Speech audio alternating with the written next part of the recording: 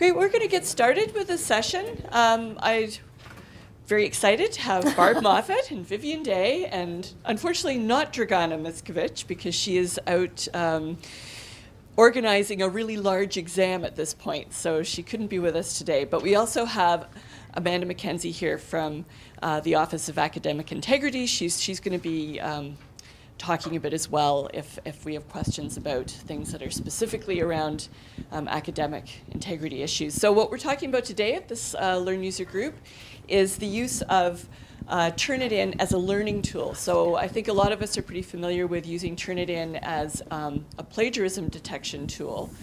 But a couple of courses in biology decided to try and using it for drafts of student assignments, so the students could actually look at the Originality Reports themselves and think a bit about maybe the issues that they were having with those documents that they'd handed in and have a chance to fix some of those before they did it again. So Barb and Vivian are going to tell us about that and about maybe some of the research that's come out of that, because there's been some feedback from students and instructors.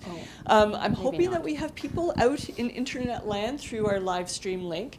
If you have questions for the presenters and you're out there, please email Mary Power, and her email address is m2power@uwaterloo.ca.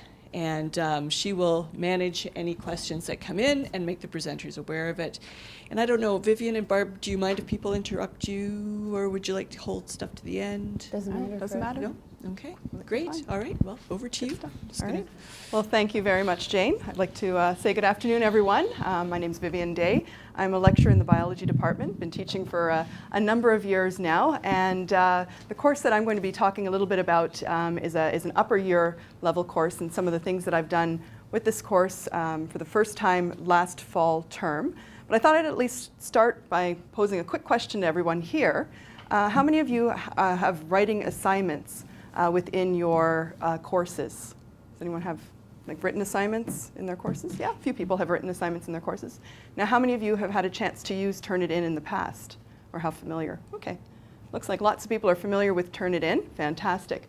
Okay, so I thought I would give you first off a little bit of background on the course that I used Turnitin, and then also modified it ever so slightly for the first time last fall term. So the course itself is my fourth year animal cell biotechnology course. It's biology 483. Typically the class size for 483 is about 80 to 84 students per term, so it's a fairly large course.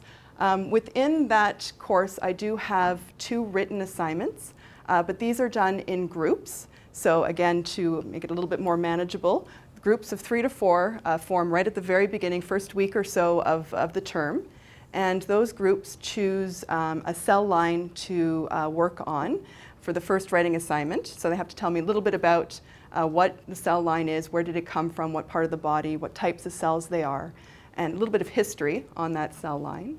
And then the second writing assignment is on some discoveries, research that's done. It's a little bit more like a synthesis of all of the various discoveries that were done using that cell line, brought together. So my hope is that those students would use a number of primary research articles and be able to synthesize that together into this report.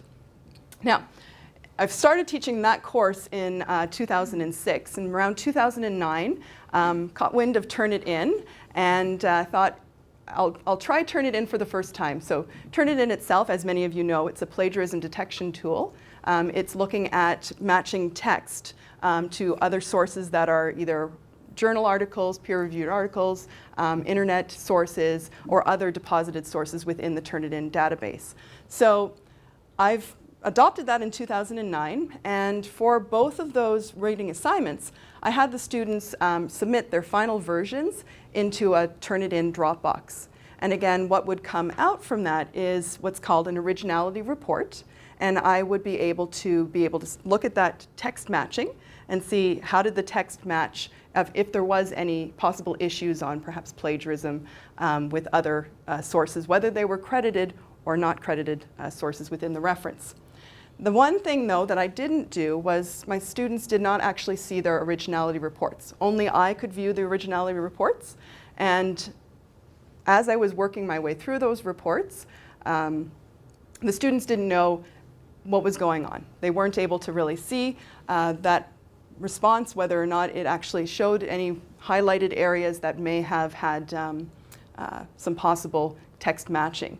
So with a class size of around 80 to 84 or so, I would have about 20 to 21 to maybe 22 groups, and they would deposit that. And I did, over the years, since 2009, would have occasional group plagiarism. Now those would be brought to the Associate Dean, and because the writing assignments themselves were hefty, higher percent stakes, it was, and it's a fourth-year course, there was a lot at stake if plagiarism was detected, and that was then a breach of academic integrity that we do take quite seriously here at the University of Waterloo. So, in fall 2014, after having some chats with my colleague Barb Moffatt, I decided to implement this draft Turnitin Dropbox. So this is what it would look like. It was the first implementation in fall 2014. For those of you perhaps at the back, maybe a little bit difficult to see, my two writing assignments, assignment number 1 and assignment number 2, each had a draft version Dropbox and a final version Dropbox. Now for that draft version Dropbox, students were provided some information on how to deposit their draft. And it doesn't matter how rough their draft is, it would be the copy of their group assignment that they wanted to check and make sure was okay for if there's any issues revolving around plagiarism. So the draft version and the final version were due on the same day, but so they were open at the exact same time. I didn't seem to have too many issues with students. There weren't actually any issues with students mistaking the draft version for the final version. So thankfully, within those 20 groups, the 17 that decided to use the draft version Dropbox, they did deposit them nice and correctly in the draft version, even though the final version was nice and open for them. Now, the detailed instructions sheet that was created by Barb, Christine Zaza, myself, and Mary Power, we put this draft Originality Report detailed instructions on how to use the Dropbox and how to read the resulting Originality Report, because these students were able to, for the draft Dropbox, see an Originality Report that Turnitin produces and be able to delve into that Originality Report and determine whether or not they did have any issues in terms of the text matching and plagiarism. So I took a little snapshot of a part of this detailed instructions. How do I see the Originality Report? So again, this is just a little clip where you can see here, this would be the PDF document. It could also be a Word document submitted to the Dropbox. That would be, if you clicked on that link, you would actually pull up the document itself. That's not what the student actually wants to view in order to see the Originality Report. Instead, they were given a percentage, right beside, this says 18%, and then they have this colored square beside the percentage. Clicking on that colored square would bring up the actual Originality Report. And again, we do have this wonderful detailed instructions that we will be able to make available if anybody wants to take a look at them. The coloration would give you an idea of how much of that document matches outside text. So blue, sort of between 0 and 20, green, yellow, orange, and then red. Definitely lots of matching text within those orange and reds. The one caveat that I would say, though, in looking at those Originality Reports, a percentage, 1%, or something that says 40%, really doesn't give you an idea of what the Originality Report looks like. You can't sort of say, well, I'm not going to view any Originality Reports less than 10%, or I'm only going to view those that are higher than 60%. And you'll see why in just a few moments. But we tell the students that even though they've got this, look at the percent, you think, okay, 1%, everything's okay, or 2%, but no real percentage or color in that report can tell you whether or not the text has been plagiarized.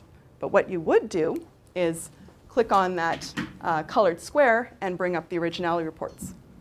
So for the fall 2014 group, those students did have that opportunity for the first time to be able to click on their draft submission and see the Originality Report.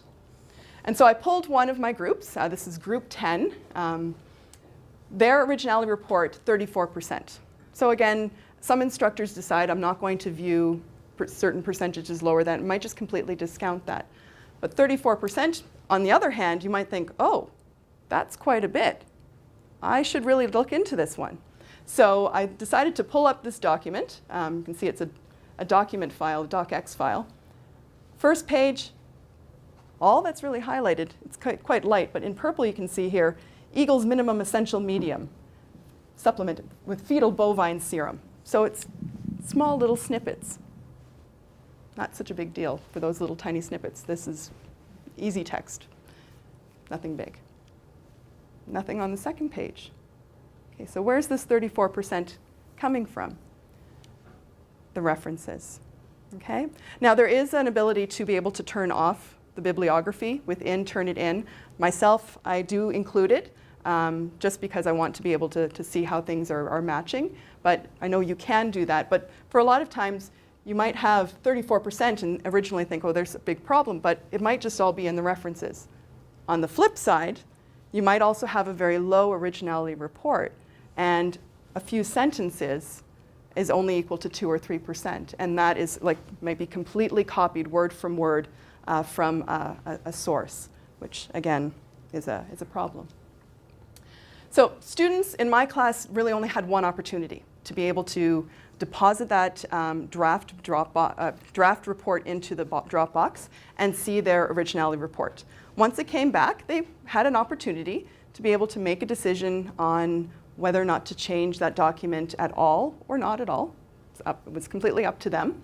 But only the final version Dropbox was used for grading. So I myself didn't go into the Originality Reports, the individual Originality Reports for the draft submissions to peruse through them. Still haven't done that. But for the final version, each of those Originality Reports were quickly scanned to see if there were any issues.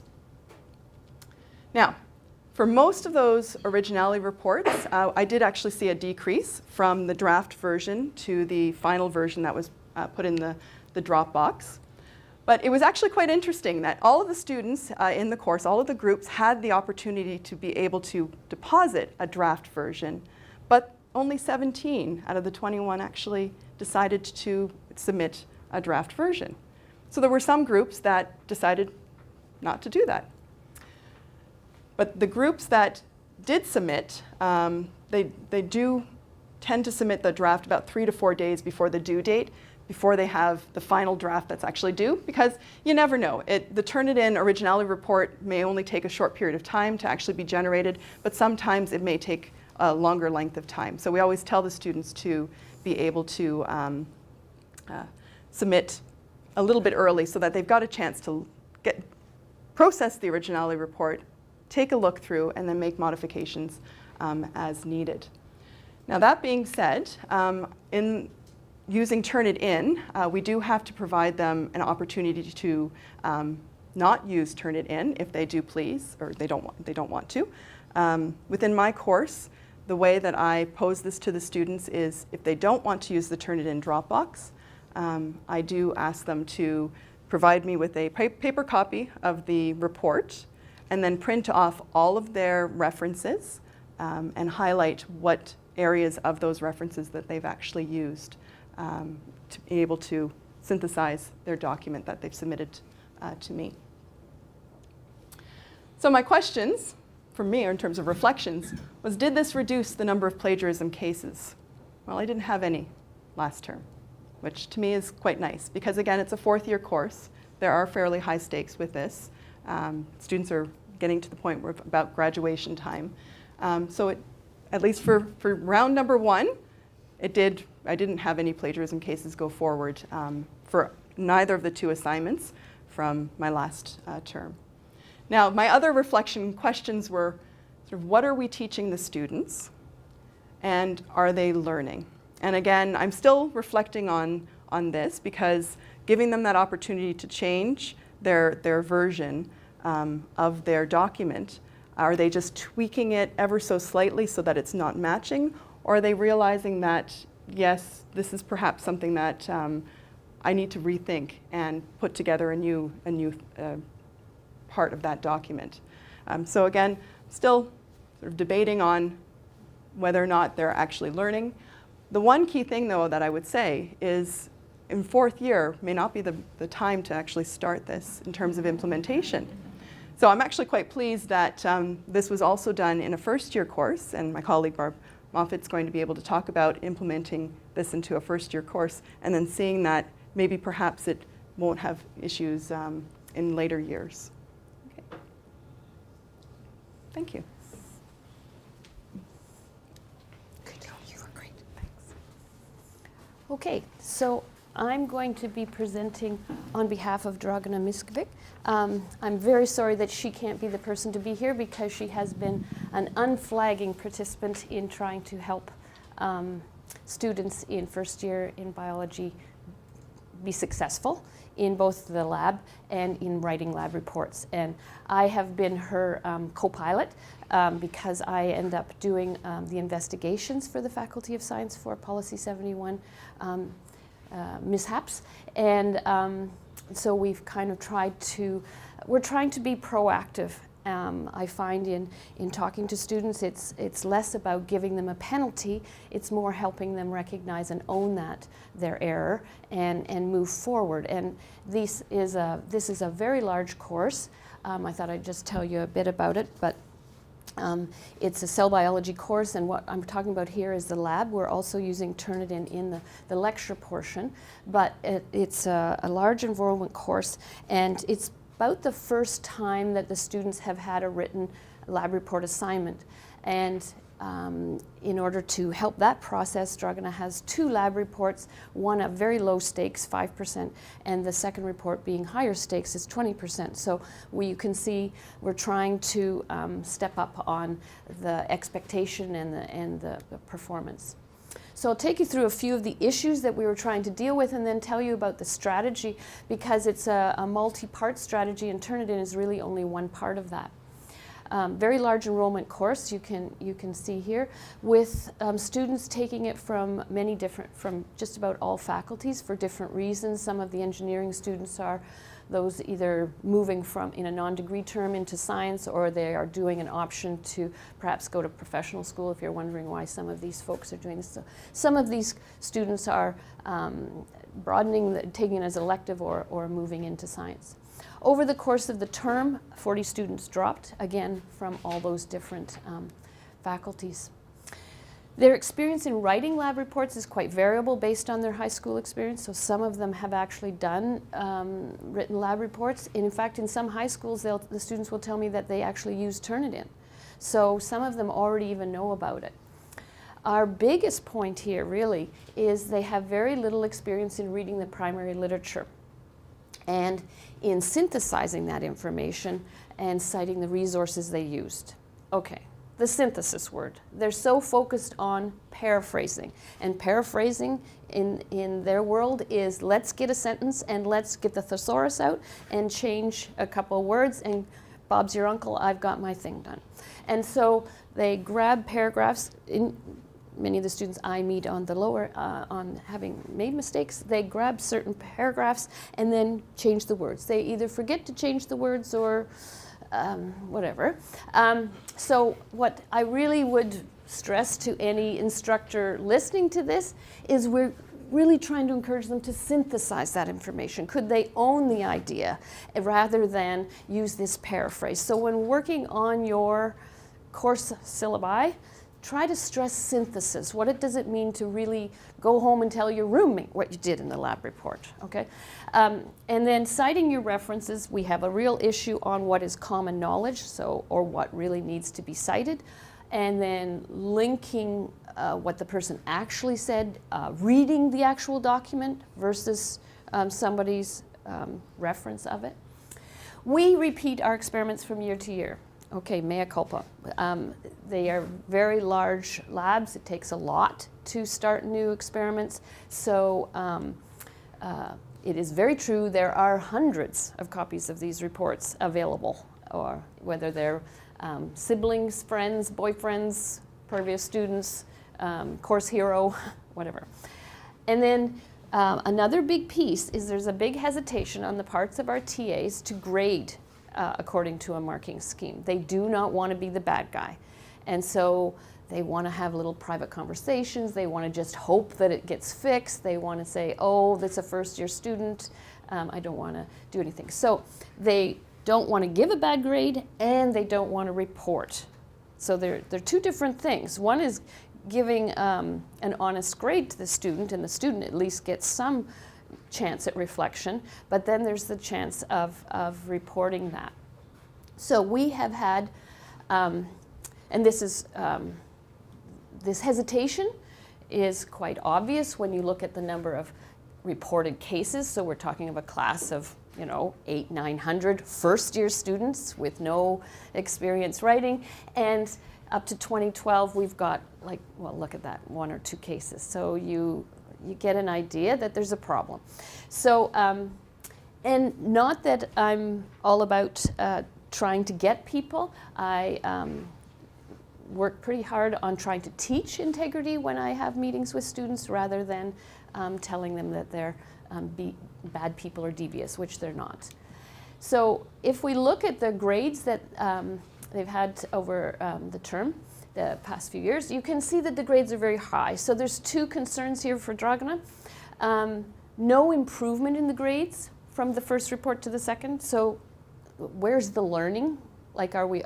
And the biggest one that bothered, well, these are both of equal concern, but the first report written by a first-year student is getting a 75% grade. So again, kind of comes back to the marking on, and not how well-meaning our TAs are, but just what kind of feedback we're giving students. In 2008, we had a student who had TA'd this course multiple times, and he was doing the Center for Teaching Excellence teaching certificate. I don't know if I said that right, but the teaching certificate that graduate students could do. He was really engaged TA, and developed an in-class marking assignment, peer marking, for the first report. So students hand in this 5% report, 2 copies, and in the first, they hand one in, and at that same day the other copy is passed out amongst the class and walked through the marking process with the TA. And so that grade doesn't count, but there were a lot of aha moments the TAs reported of, oh, that's what they meant. And so they did that after they'd done the report once, because, it always looks easy if you tell someone before you think you're going to do it. So kind of letting them step in it modestly and try that. So didn't see a big change in the grading, but felt that that's still an activity that is done in the class. So now I'll tell you the steps that we've used to try and mitigate these issues. And so really Turnitin is not being used here as a catch-ya tool, but as one part of this strategy. So one was to try and prepare students for the expectations of what was going to happen in first-year labs. And I'm really pleased that all the instructors of first-year classes in chemistry, physics, and earth have participated in this, but with the help of the Student Success Office and Andrea Pryor in particular, we've put together a Learn community for science students that provides this kind of information. And on one page, we have videos of what it looks like in class, videos of what it looks like in a lab, and each instructor provided how you're going to write a lab report. So hopefully a little bit of proactive information. The analytics on Learn don't really let me look too much at how that's been accessed, but and it's always a little disappointing that it's not everybody. So even if they had accurate analytics, I'd probably be disappointed. Better not to know. I can be hopeful all the way. The other one was to do some work with the TAs. So for the past about 22 years, we've initiated a TA workshop in the biology department, and twice a year with the instructors in our department, we run a TA workshop. and has a lot of different components. But in the past 2 years, I have spoken separately about my role as Associate Dean undergrad and student relations in doing misconduct discussions, and the value of having, of the importance and how that's a teaching tool, and how it benefits students to not be let off in first year because they migrate to third and fourth when they do have a 30% assignment, and kaboom, someone's finally going to call them on their problem, and they tell me, oh, no one's ever told me that. And in actual case, that may well be true in some cases. So not that that's the reason for making the penalty go away, but we'd like to avoid that. So the whole process here is teaching. And it also diminishes the value of a Waterloo degree if we graduate people that literally don't know how to work professionally. So that was part of it. So the TAs really picked up their game. And I also came up with a strategy that the Associate Dean undergrad, I do the investigations, she makes the decisions. So we came up with a strategy that we felt was a little more proactive. And what the normal penalty for plagiarism is 0 on the assignment, plus a 5% reduction in your final grade, and being put on disciplinary probation. So instead, one of the two most common problems that we have is students don't put any in-text citations in their document, or they don't even put a reference list, or they have troubles with this component. Think everything's common knowledge. Anyways, so as long as there was no evidence of real deviousness, I treated those as a reprimand, and so I send the students a letter saying they are given 0 on the assignment, so they lose their 5%, which is, first report, boom, I got 0.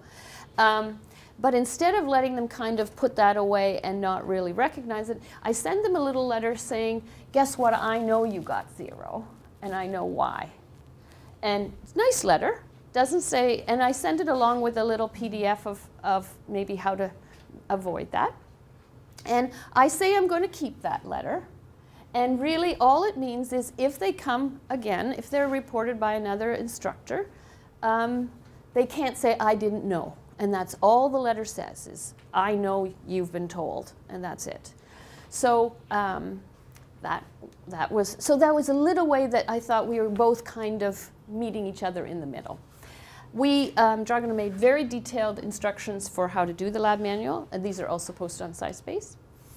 The students had integrity training, so they had to read through this module that she prepared, and they had to get 100% on quizzes that evaluated their understanding of those. So some scenarios, you're working in the library, okay, is what you did considered misconduct or not? And really the important thing is to help students understand the consequences of the mistakes so that they can balance whether or not the risk of trying to do something wrong is worth it. No limit on the number of attempts, had to get 100%. And then we added using Turnitin in 2013. Students weren't, just as Vivian did, we did not have the students using access to their Originality Reports. But was more just, let's see what's happening. And in this course, really, we need some history as far as what reports are out there floating around. So it's not that useful we need a few years' time to find out what kind of activity is going on. In 2014, the students had the opportunity to have up to 2 drafts evaluated. And we provided a lot of training online, as Vivian alluded to. We also told them we weren't going to look in the draft box. Okay, so this was run as a pilot in conjunction with the Office of Integrity, as in a chance to see what's going on. And so we were not making any Policy 71 allegations based on what went on in the draft Dropbox this time. We put text on Learn as to how to evaluate Turnitin. I made a video. And the TAs talked about it in class, walked it through. We know fair number of students looked at those instructions. Not very many people watched my video, but you know, the whole right-click thing is, maybe I shouldn't speak like that. Sorry, you can unlearn, you can download, and we won't know that whether you download it. And to be honest, I only got that up there for the second lab report. So students had to indicate and agree to using Turnitin and indicate that they had read this and they understood what it was doing for them. Some of them thought this was a quiz and only picked a few, and so they didn't get access. So they had to answer this quiz correctly to gain access. So a few students in the class agreed to a few of them, but didn't. So the new rules that Dragana's got for the summer class is pick all three, the answer. Anyways, and then we asked them whether or not they were willing to allow us to use their feedback for these kinds of uses. Okay, so here's what happened. A lot of people used the Dropbox, the draft Dropboxes. Fair number used it more than once. And of this number, the report of the second draft went down. For some, it went up. Okay, so, okay. And you can see that this practice really decreased for the second report. So we felt that there was some learning there. A few people broke the rules and decided to submit more than 2 times. But you can see pretty modest out of a class of 900, like really can't get everyone to color in the lines. These unusual ones were more putting it in the wrong box. It stopped the second time. You know, these were the oopsie-doopsies. We did have 2 drafts and 2 submissions. So we felt that the scores going down was very helpful to the students who took the time to use it.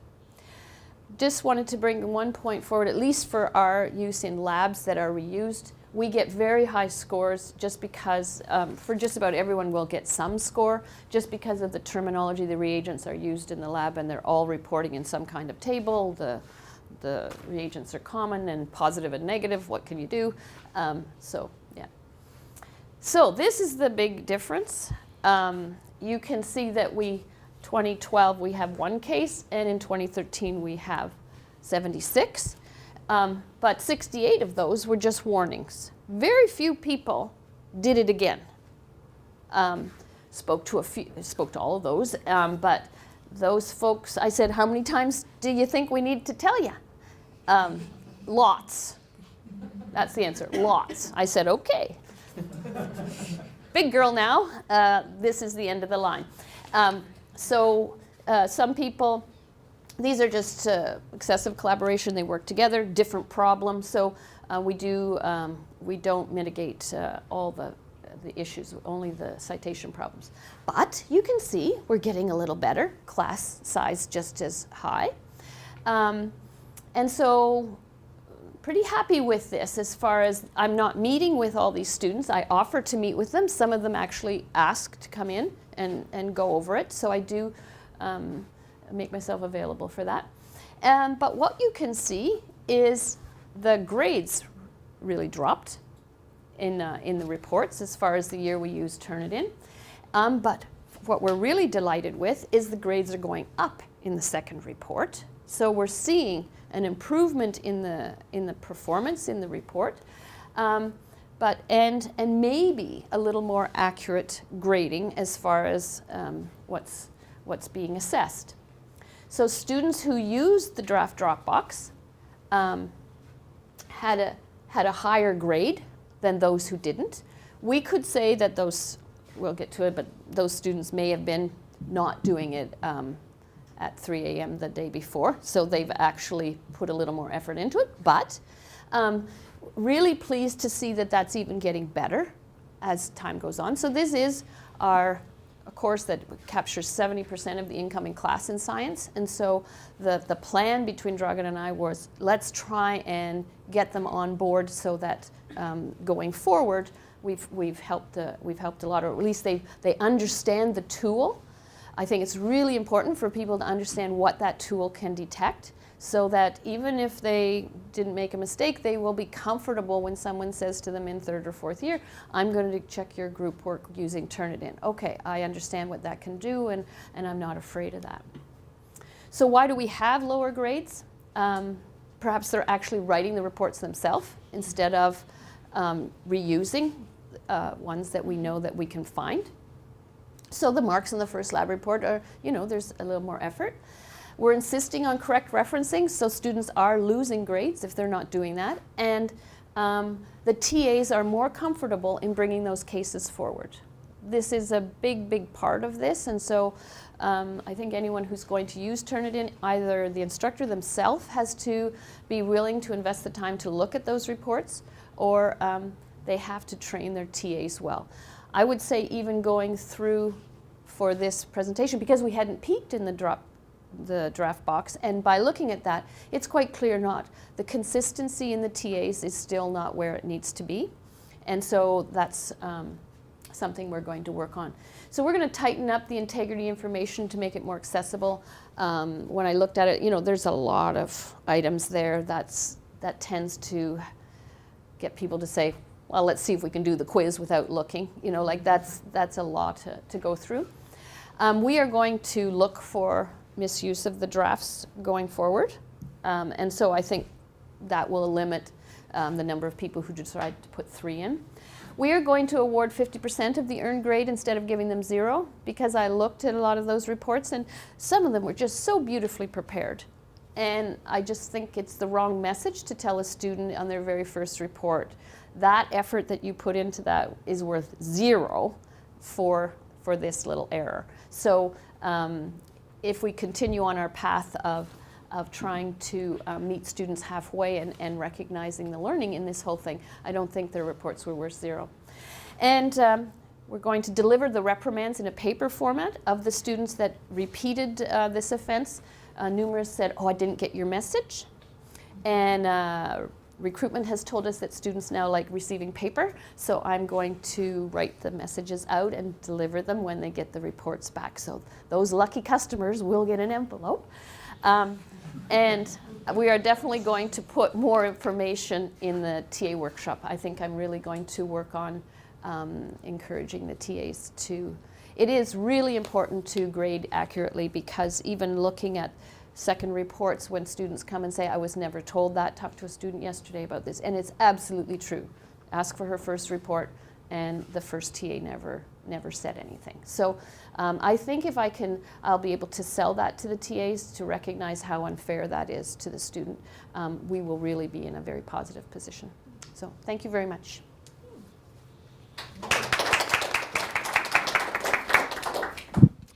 Thank you so much, Vivian, Barb, and Dragana, wherever she is. Proctoring. So we have lots of time for questions, and I don't know, Mary, have we got any from outside? Yeah, so. I'm wondering, probably Vivian, you can answer this most. Did students come to you for help with how to interpret their Originality Report? Okay, the answer is no. No one came to me to ask questions about how to interpret their Originality Report. I had not one group, yeah.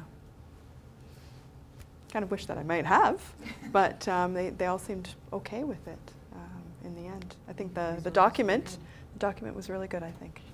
I think part of the one little problem we have with group work, and I'm really thrilled Vivian did this, because I think group work is the one area that a very well-meaning student can get caught, because one person in the group has a problem in their life and can't meet the deadline and decides to make it work for the team, but then the team owns the problem. I think only the person who submits to the Dropbox can actually see the Turnitin report, and I don't know yet. No, it's a group Dropbox. Right. They can all see? A group Dropbox, oh, yeah. Good. Yeah, because it's a group, they're group Dropboxes. Super, because I thought Yeah. Sean said it. Okay, good. I think if you do an individual Dropbox. Okay, so you have to really set it up, and ooh, you're good. Yeah. Thank you. That's a lot. So Barb, when the number of allegations went up, was that the first time that you were using Turnitin? Yes. Okay. And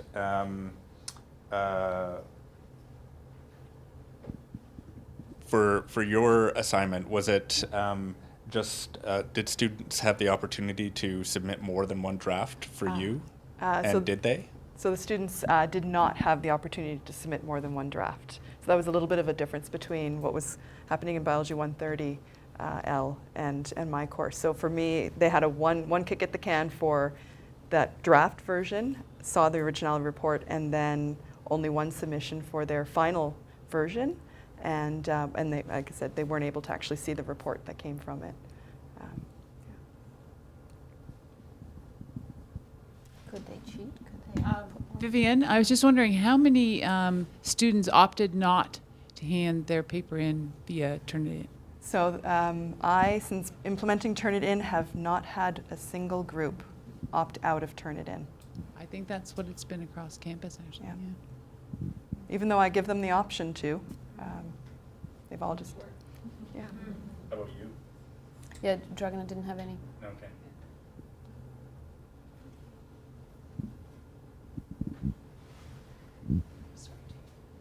Good. Any other questions? I know Amanda has been working with Christine on a survey of instructors and TAs and students using Turnitin to get some feedback from them on the tool. I don't know if there's anything that you would like to share with us about that. That would be terrific. So far, we've had a really good response rate. We sent our survey out to a total of over 9,000 people on campus, and I think we were almost at 9 or 10% of getting a response rate back. We had a very good response rate from instructors. So out of 119 instructors, we've had 53 report back. The majority of them are using Turnitin as a plagiarism detection device rather than an educational tool. I think some of them perhaps aren't well informed about the educational component. So thank you for drawing that to our attention, and hopefully more people will use it in that capacity. We will have a formal report once the surveys are all closed, coming up in the future. Another project that actually Christine and Barb and I and Jane are working on is looking at guidelines for originality reports. So we took other best practices and examples of how you look at those reports from an environmental scan and have refreshed the guidelines that CTE has on their website.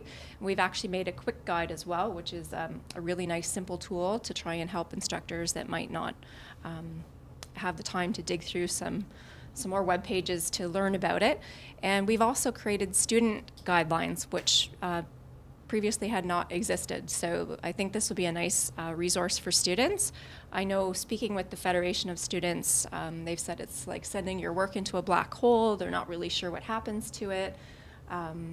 So I'm actually quite pleased to hear that you didn't have any, or very minimal people want an alternative, because it is a bit of an unknown to them. They're suspect of what's going to happen with their material. So I think we can do a better job, and hopefully that's what the guidelines will do once they're released, is to inform students about what Turnitin can do, and really focusing less on the plagiarism detection and focusing on it as an educational tool for student success. So our goal is not to penalize, it's to educate and provide them with the right information and move forward from there.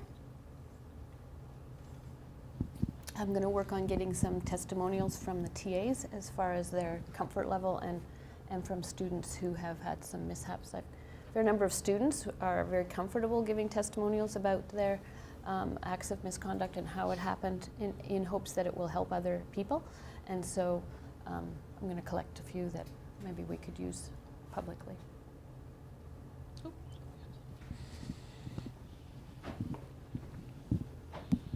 Just a comment, kind of continuing what Amanda had said about the black box thing. Dragana did have a couple students just want to test it, I think, themselves, and they just copied and pasted stuff from the internet just to see. So I think that's a big thing that students really don't know, and that way they could see, oh yeah, it really does detect plagiarism. So yeah. But last night we also found out one student had a report of 33%, no, 75%, then had a 33 but submitted the 75. So, I mean, there's like, oops, yeah. There's all sorts of checking going on. So one of the things that strikes me is it's really interesting. It's so great to see the multi-pronged approach to getting the message across to the students, because I know that that information on academic integrity has been in the Biology 130 tutorials for a long time, and also the quizzes and so on. Yeah. And so when you think about like the number of different ways that message seems to have to be presented to kind of have an impact, that's very interesting. I mean, you know, you have to describe things a lot of different ways to have it come across. Apparently, yes. One thing that's come up as far as looking into how to get students to really appreciate what academic integrity is that if their instructor actually takes the time to have a discussion with them about what that really means. So, for example, in my course, I'm going to expect that you use MLA or APA style. And that Wikipedia is not an appropriate reference to use in your paper. If students know that you care about it, then that dramatically decreases their the amount of plagiarism that you're going to have and academic misconduct. So as long as they know that it's important to someone and someone actually cares, then we do a great benefit to the students, and their misconduct really drops. So another point is, I think, again, from the multi-angle, you can't say it enough. Shockingly, we do have cases that we have third and fourth year students who just didn't seem to have the messaging. So it was really beneficial, I think, if instructors can test the water in their courses just to see the understanding as well, and then gauge what you need to add to that to try and help them understand would be very useful. And I think, not to speak out of turn, but I think there's some interest in making a milestone for academic integrity training, is there not? Or for undergrads? I don't know Are if we moving? everyone knows, but there is an academic integrity milestone for all new incoming graduate students. So it's a very brief quiz and learn, or course and learn. Maybe would take 1 to 2 hours maximum for someone to read through all the academic integrity content. And the quiz is only 12 questions. So it's fairly simplistic, and the goal is that every new incoming grad student would have a foundational understanding of what academic integrity is here, just in case they're coming from another country where the rules were slightly different, or perhaps their high school, whether it be in the United States or Canada, just didn't cover those kind of rules. So there is interest in having one put in place for undergraduate students. The bit of the challenge there is logistically. So in the fall, there's maybe 1,600 students that come in the Learn course, and I actually manage that course. So you can imagine with 6,000 incoming students as undergraduates, the volume there is going to be quite a bit different. The beautiful thing, I think, of the course is that it can be completed anywhere in the first 8 weeks of their term. So there isn't pressure when you first land on the ground here to finish this right away. We do want them to make sure that they have that understanding before they go into their second term on campus. So we'll definitely keep pursuing the undergraduate, and we call it a course instead of a milestone in there, just because it's easier to manage and learn. And of course, other faculties already have academic integrity milestones, which are different. They're specific to their faculty, whereas the graduate aim is cross-campus, required by all. Sorry, I think we missed a lot of that because I didn't pass Amanda back the mic, but hopefully some of it came through.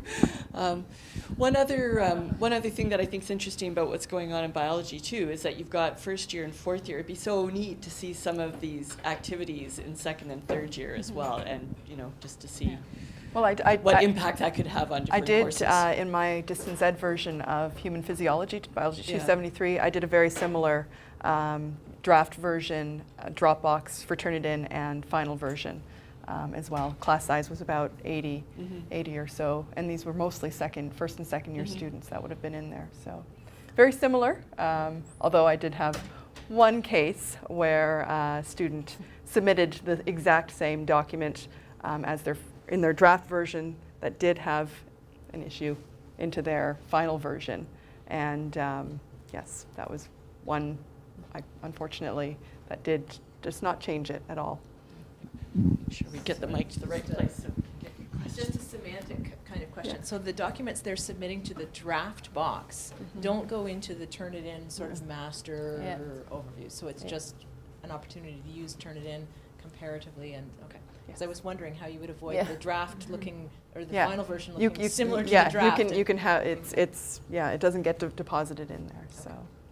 So not that it's statistically significant, but I'm happy to report that we do use Turnitin for upper year class, so the advanced cell biology class, and it has routinely had between 2 and 4 plagiarism cases per year for a 30% report, and we had 0 this year. So, okay, it's only 0 versus 2, and it's only 1 year, but it's going in the right direction. So those folks will have seen Turnitin before and maybe are deciding that it's not worth using old reports. Good.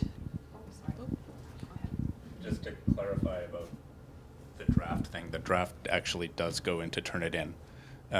But now it's supposed to be, well, there was an option for whether you compare another, like a version in like another Dropbox to that version of what was submitted. So both versions of the documents actually do go into Turnitin, but only one of them is kind of compared against. Are you So as long as it has the same name and author? No, it's... Change the title or change the... Well, it's the way that Turnitin works, like, and you know, we could talk about it after, but you know, both documents do actually go into Turnitin. Like it has to, the draft has to be compared to other things. But nothing's checked against it. Yeah, but nothing's checked. So you don't have to worry about it. Yeah. Basically. I do have another question, actually. I'm curious about the, you had a quiz, like an integrity quiz. An academic integrity quiz. So was that customized for you? Did you create that? Yeah. It's just cases that had come up, and then Heidi Engelhardt started it in Biology 130, and she's run it, I think, for maybe 3 years now. And basically there's scenarios so that people could step away from just the rules and kind of say, oh, that was a problem. And I use a modification of Heidi's original academic integrity quiz in my 4th year class. And it unlocks, taking that actually unlocks all of the assignment instructions, the Dropboxes, everything. So they actually have to do that as a first stop and understand the ramifications of academic integrity, and then they can see the rest of the course.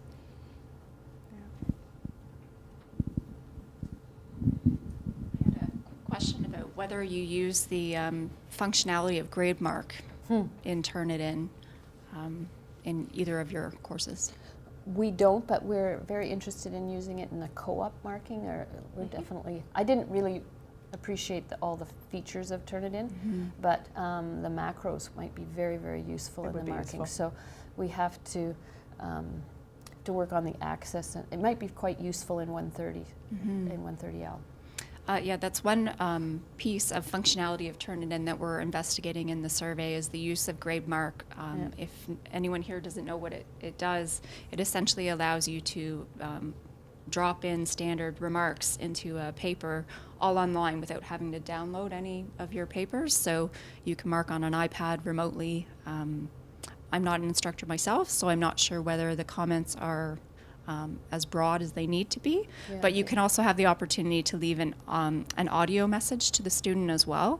And I know from reviewing some research that students appreciated that level of engagement, that their instructor took the time to either drop in those comments using grade mark or to leave them a voice comment.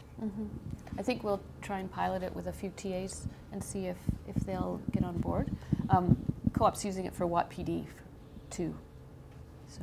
And I've used it a little bit, but again, it's a little bit more on the functionality of those comments. And I found I had to customize a lot of comments, and if I could just write them with a stylus, it saved me a little bit more time, I guess. Great. Well, thank you so much, Vivian and Barb and Dragana and Amanda. Thank you so much for the session today. So it'll be up on the live stream site for a while, and we'll get this up on YouTube as well. So if people have missed it or their colleague missed it and they want to have a look at what we talked about today, we can make sure they get access to this session. Great. Thank you again.